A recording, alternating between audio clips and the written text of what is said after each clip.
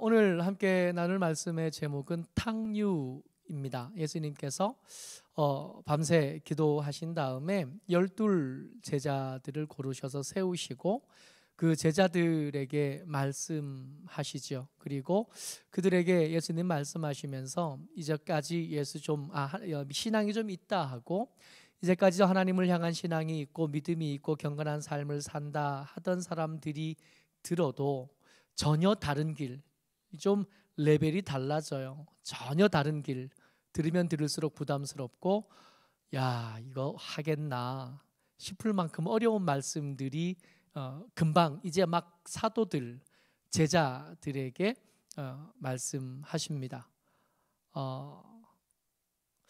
사도들은 특별하잖아요. 예수님을 따르던 사람들 많은데 그 사람들 중에 12를 뽑아서 그 뽑힌 사람들과 이야기를 나누시면서 하신 말씀이니까 목사님 될 사람들 혹은 우리 곧 임직하니까 임직할 사람들, 믿음이 좀 더 있다 그러고 인격도 좀 더 높다, 고매하다 그러고 그런 사람들에게만 하신 말씀이다 그러면 참 편하고 좋겠는데, 근데 그렇지 않은 걸 아니까 이 말씀처럼 불편하고 부담스러운 말씀들이 잘 없습니다. 예수님께서 말씀해 오시던 거, 예수님께서 제자들을 선택하시고 그 제자들에게 말씀하셨던 이야기들을 나누려고 합니다. 27절 그리고 28절까지 같이 읽습니다. 6장 27절 28절까지입니다. 예수님께서 제자들 새로 뽑으시고 그 제자들에게 하시던 말씀이셔요. 같이요. 시작. 그러나 너희 듣는 자에게 내가 이르노니 너희 원수를 사랑하며 너희를 미워하는 자를 선대하며 너희를 저주하는 자를 위하여 축복하며 너희를 모욕하는 자를 위하여 기도하라. 하나씩 볼 텐데요. 먼저 제자 정도 되면, 아니 제자들뿐만 아니라 하나님의 사람이 되고 성도가 되어져서 예배드린 사람이 됐다면 이 말씀에 대해서 결코 자유로울 수 없는데, 그 자유로울 수 없는 말씀이 여러분들과 제게 뭘 요구하시냐면 원수를 사랑하래요. 아내도 사랑하기가 힘든데 아들 사랑하기도 쉽지 않고 딸 사랑하기도 쉽지 않고 이웃 사랑하기도 쉽지 않고 같은 교회 다니고 같은 공동체가 된 뒤에도 다툼이, 자잘한 다툼과 오해들이 계속 쌓여가는 삶을 사는 우리들에게 그런 사람들 말고 원수를 사랑하라 하신 말씀은 정말 넘을 수 없는 벽처럼 다가옵니다. 너희를 미워하는 자를 선대하며,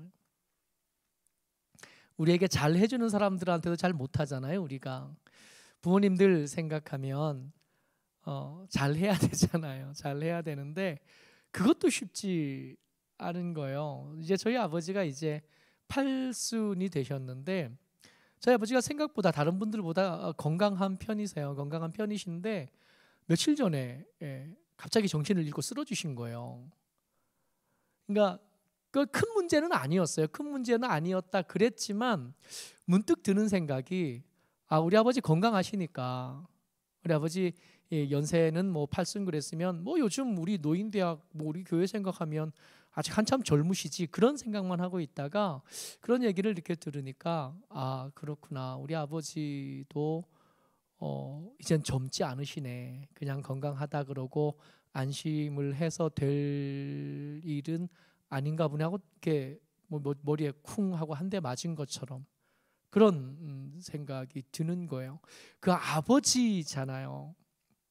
그분한테도 잘 못하는데, 어머니한테도 잘 못하는데, 우리 형제들한테도 잘 못하는데 우리를 미워하는 자에게 선대하라는 말씀은 이게 하나님 말씀이고 우리가 주님을 주님이라고 부르는 한 해는 아멘 해야 되기는 하겠으나 쉽지 않은 거예요. 아멘은 쉽지만 그 말씀대로 실천하고 그 말씀대로 사는 건 참 쉽지 않습니다. 너희를 저주하는 자를 축복해 주래요. 저주하는 자가 입을 꼬매버려야지 무슨 축복을 해줘. 너희를 모욕하는 자를 위해서 기도하죠. 기도해야죠. 하나님 저 다리 몽둥이가 똑 부러지게 해주십시오. 이렇게 기도할 수는 있겠는데 모욕하는 자를 위해서 기도하라. 근데 이 말씀이 여기서 끝나는 게 아니라 6장 28절부터 그 뒤편까지 계속 이어져요. 다 쓰기가 뭐예요? 제가 요약해 왔어요. 뭐라 그러시냐 하면 이 뺨을 치는 자에게 저 뺨을 돌려대래요. 우리 잘 아는 말씀이에요. 이거 처음 들은 말씀 아니고 우리가 익히 들어오다가 익숙해졌고 이 잘 아는 말씀인데 실천하기가 부담스러우니까 듣고도 모른 척했던 말씀들입니다. 겉옷을 달라고 하는 자에게 속옷도 벗어주라 그러셨고요. 내 것을 가져가는 자에게 도로 달라고 하지 말래요. 가져가는 걸 봤다고요. 야, 그거 왜 가져가? 놔두세요. 이렇게 말하지 말래요.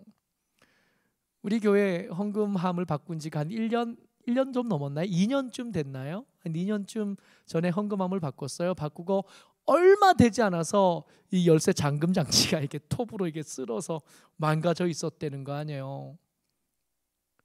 저에게 헌금함이 평소에 헌금이 되어 있지는 않지만 그래도 이게 헌금함 잠금 장치가 이렇게 셋톱으로 이렇게 잘려져 있는 것을 볼 때 마음이, 근데 이런 상황인 거죠. 잘라서 자르는 걸 보고 옆에서 보면서 가져가는 걸 보면서 그거 놔둬라 라고 말하지 말라시는 거잖아요. 대접을 받고자 하는 대로 대접을 해주래요. 우리 대접받고 싶은 마음이 참 많잖아요. 누가 먼저 안부 인사해 줬으면 좋겠고, 누가 먼저 밥 사줬으면 좋겠고, 인사해 줬으면 좋겠고, 근데 생각하던 대로 받고 싶은 대로 가서 인사해주고 밥 사주고 대접해주라는 겁니다. 이 외에도 비판하지 말래요. 그래야 비판받지 않을 거니까. 정죄하지 말래요. 그래야 정죄받지 않을 거니까. 여러분, 정죄하지 말라가 너 잘못했어 라고 말하는, 하루에도 수십 번 말하는 잔소리들 우리가 염두에 둔다면 할 말이 없어지는 거예요. 우리 하루 종일 어쩌면 한마디도 안 하고 살아야 될지도 몰라요. 이 잔소리 다 빼면, 이 정죄하지 않고 비판하지 말라 빼고 나면 무슨 말이 남겠어요? 우리가 하루 동안 하는 말 중에 용서해 주래요. 만약에 그렇게 하면 하나님께서 그 준 것에 대해서 누르고 흔들어 차고 넘치도록 채워주시겠다는 겁니다. 참 부담스러운데 이 부담스러운 여러 가지 이야기들을 이렇게 요약해서 한 줄로 요약하면 36절 말씀이 되겠다 싶어요. 같이 읽습니다. 시작. 너희 아버지의 자비로우심 같이 너희도 자비로운 자가 되라.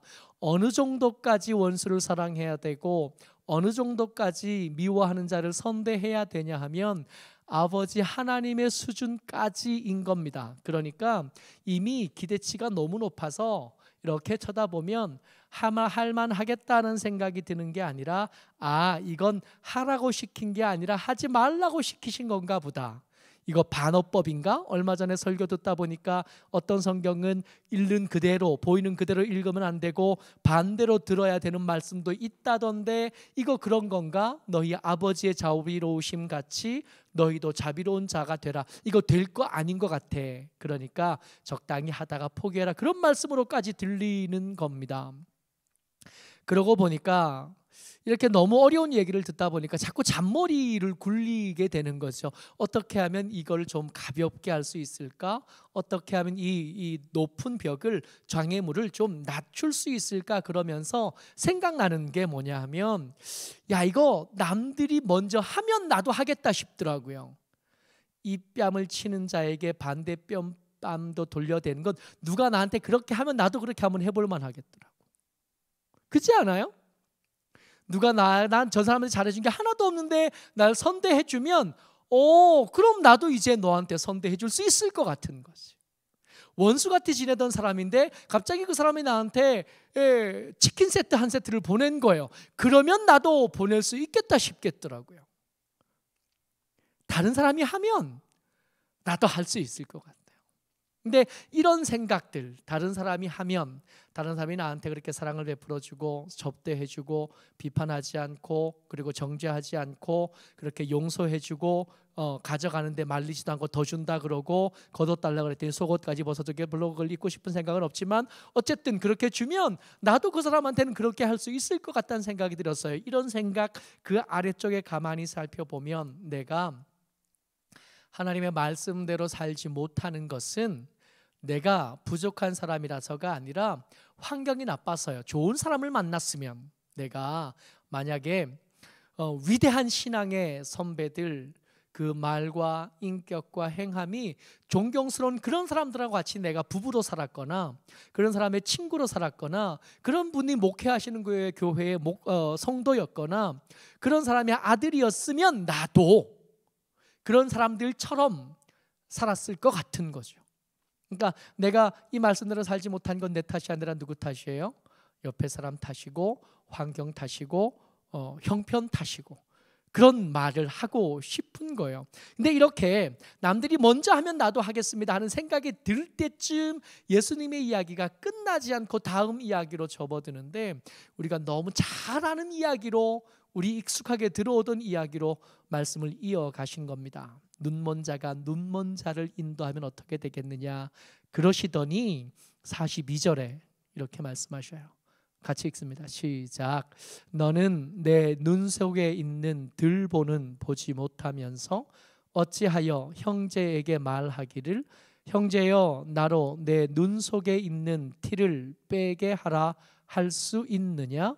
외식하는 자여 먼저 내 눈 속에서 들보를 빼라. 그 후에야 내가 밝히 보고 형제의 눈 속에 있는 티를 빼리라. 아멘.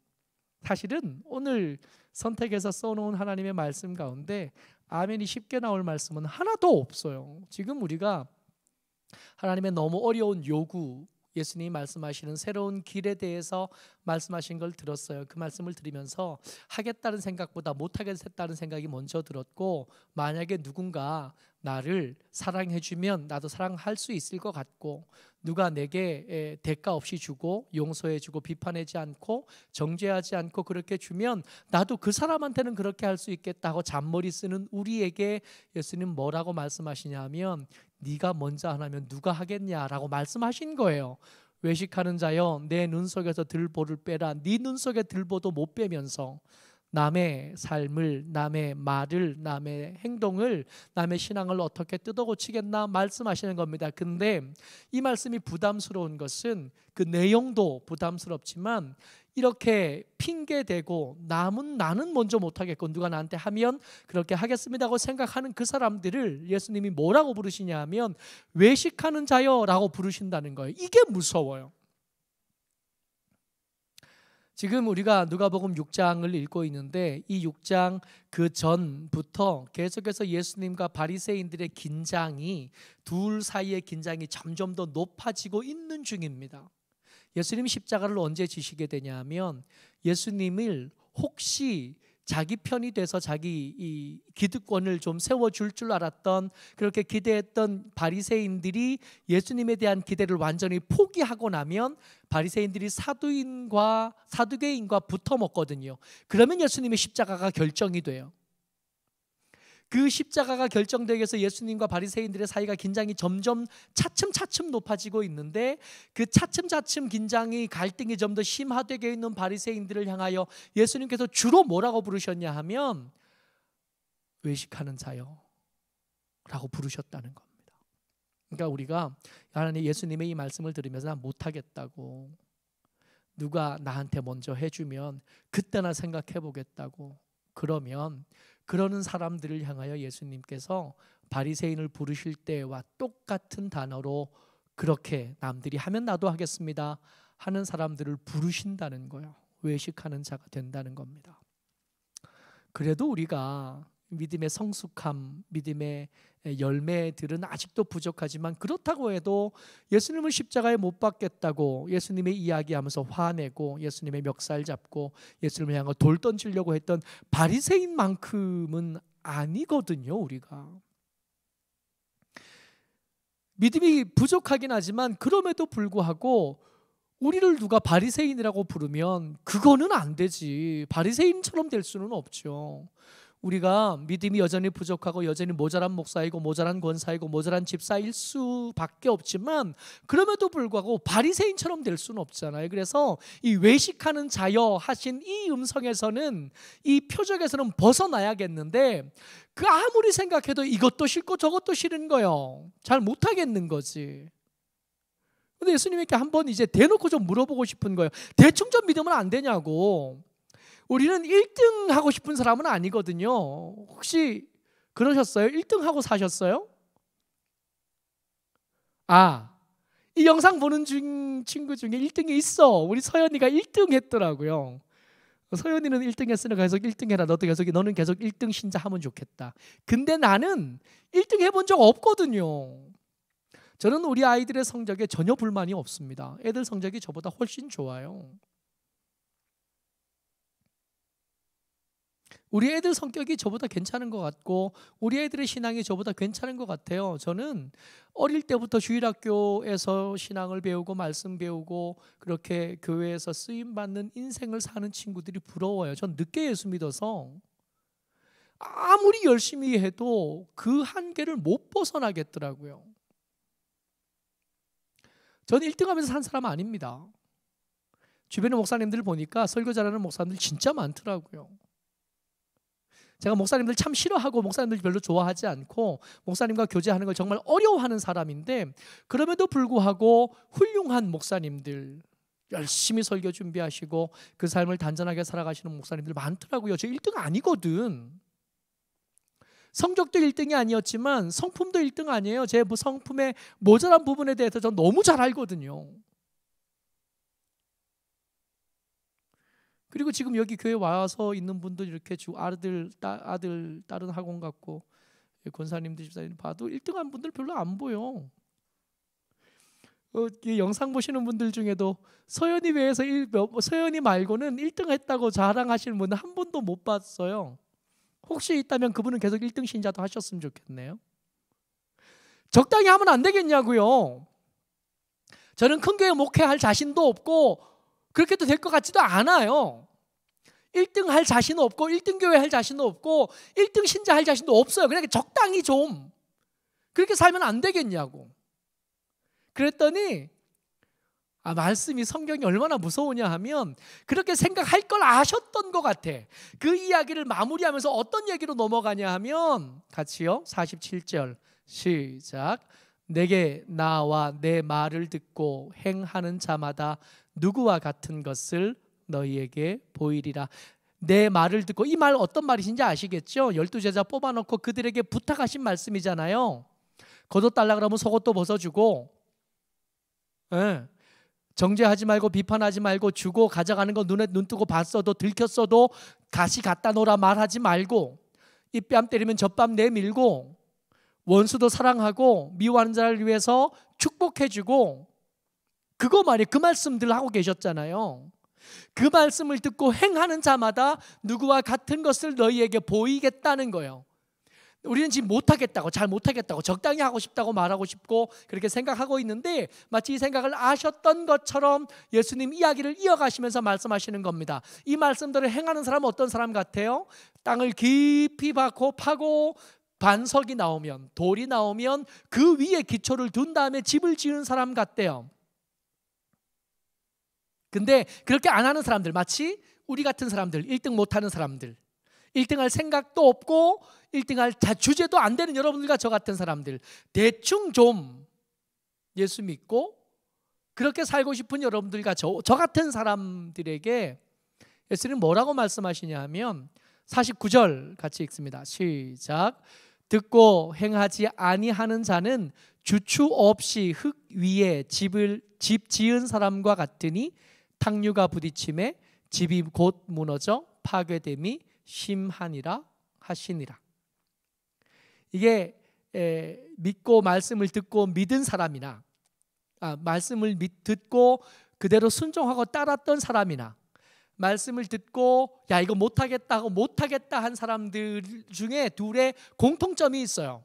집을 지었다는 건 공통점 그거 말고 공통점이 있는데, 공통점이 뭐냐 하면 두 사람 다 탕류를 만났다는 겁니다. 그러니까 집을 대충 지은 사람, 일단 집은 지었잖아요. 집을 대충 그냥 흙 위에 집을 지은 사람도 탕류를 만났고, 깊이 판 다음에 반석에다가 기초를 놓은 다음에 집을 지은 사람도 탕류를 만났어요. 그러니까 탕류는 피할 수 있는 게 아닌 거야. 그러니까 예수님의 말씀 속에 어느 땅을 찾아서 잘 지으면 좋은 땅, 그러니까 탕류가 오지 않는 땅은 말씀 속에 애초에 들어있지도 않은 거예요. 원래 오늘 제가 설교의 제목으로 삼으려고 했던 게 이거였습니다. 탕류 피하는 것이 아니라 견디는 거죠. 그러니까 이건 피해지는 게 아니에요. 어디 좋은 땅을 사면, 비싼 땅을 사면, 어디 높은 데 사면, 그러면 피할 수 있는 게 탕류가 아닌 거죠. 탕류는 좋은 집이든 나쁜 집이든 높은 데 있든 낮은 데 있든 기초를 팠든 안 팠든 반드시 닥쳐오게 되는 건데, 이 탕류가 지나가고 나면 이 기초를 땅을 깊이 파고 반석 위에 지은 집은 탕류가 지나간 뒤에도 여전히 집일 거고, 그렇지 않고 그냥 흙 위에 지은 집은 탕류가 지나간 다음에 그게 집이었는지 아니었는지 아무도 모르게 될 거라는 겁니다. 우리 지금 무슨 생각을 하고 있었냐 하면, 예수님이 우리에게 요구하시는 삶의 수준이 너무 높아요. 하나님이 자비로우신 것처럼 자비로워라 그러니까 야, 이건 못하겠다 싶었다고요. 남들이 하면 하겠다 싶었는데 그렇게 하면 외식하는 자가 된대요. 1등 못하고 중간쯤 가겠습니다 그랬더니 이게 나 좋으라고 시키는 게 아니라 탕류가 반드시 밀려올 건데 어정쩡하게 있다가는 그 탕류에 부딪혀서 떠내려 가버릴 거니까, 그래서 좋아서 혹은 잘할 수 있어서 혹은 재능이 있어서 하는 게 아니라 누구든지 해야만 되는 일이라고 하나님 말씀하고 계시는 겁니다. 그러니까 우리 같이 1등 못하던 사람도 여기에 2등 하면 안 되는 거예요. 파기가 힘들어도 어떻게 자리를 잘못 잡아서 다른 사람들은 한 2사 파니까 돌 나오는데 우리는 3사 4사 파도 돌 안 나오는 한이 있어도 신용은 해야 되겠다는 거예요. 정말 감사한 것은 이 말씀을 우리에게 요구하시면서 하나님이 아버지께서 스스로에 대해서 뭐라고 말씀하셨냐 하면 나는 자비롭다라고 말씀하셨다는 거예요. 어디까지 우리가 예수님의 말씀에 순종해야 되냐면 아버지의 수준까지, 아버지의 자비로우심까지 우리가 순종해야 되는데, 정말 감사한 것은 우리에게 이것을 요구하신 아버지가 당신에 대해서 자비롭다라고 말씀하셨다는 겁니다. 그래서 우리 같이 2등 신자들은 땅을 파도 깊이 못 팔 거고요, 반석을 찾는데 어색할 거고요, 반석을 잘 못 찾을 거고요, 반석을 기어코 찾았다 그래도 집을 지었는데 기둥을 세울 때 맨날 삐딱하게 세워서 흔들릴 수 있을 거라는 거예요. 부족할 수 있을 거고 잘 못할 거고 능숙하지 못할 거라는 걸 아버지께서도 아실 거라는 거예요.